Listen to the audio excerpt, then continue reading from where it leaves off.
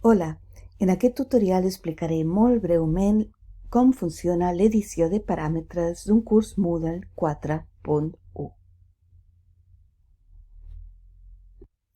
Bé, aquí estic als meus cursos i dins dels meus cursos tinc marcat destacats. Aquí podem marcar tots els cursos o els cursos destacats, són els que faig servir molt sovint.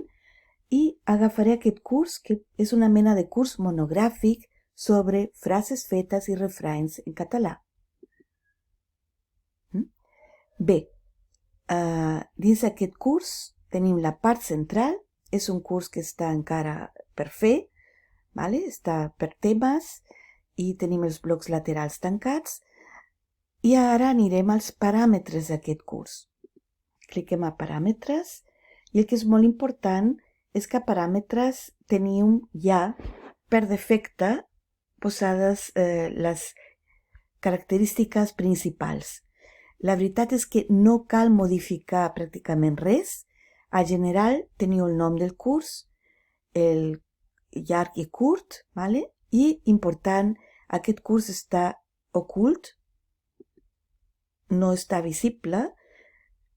Si cliqueu en mostra, el curs serà visible pels alumnes, i si està en ocult és un curs que s'està preparant o que encara no vulgueu que estigui visible per l'alumnat. Aquí veieu aquest signe d'interrogació. Sempre que cliqueu al signe tindreu una descripció de la tasca en concret o de l'ítem en concret, ¿vale? Bé, data d'inici del curs, podeu posar una data d'inici. Si voleu posar una data de finalització del curs, heu d'habilitar aquesta opció. No cal fer-ho, El que és important aquí és el tema de la visibilitat del curs. Descripció, no cal posar res. Si poseu aquí unes línies de descripció del curs, també sortiran al llistat de cursos generals de la EOI. És millor no posar res. Format del curs ja està donat per defecte. Format per temes, els temes ocults són completament invisibles i mostra una secció per pàgina. Jo deixaria tal qual, com ho posa aquí.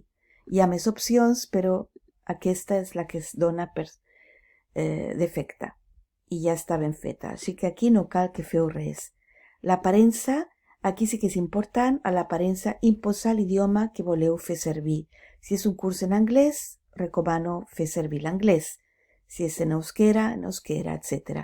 Aquest és un curs en català, per tant queda l'idioma imposat dins del curs en català. Nombre d'anuncis, això està tot donat per defecte i jo ho deixaria tal qual. Àrea de fitxers, també, 2 MB. Seguiment de compleció està activat per defecte i és important perquè així els alumnes poden veure les qualificacions obtingudes durant el curs.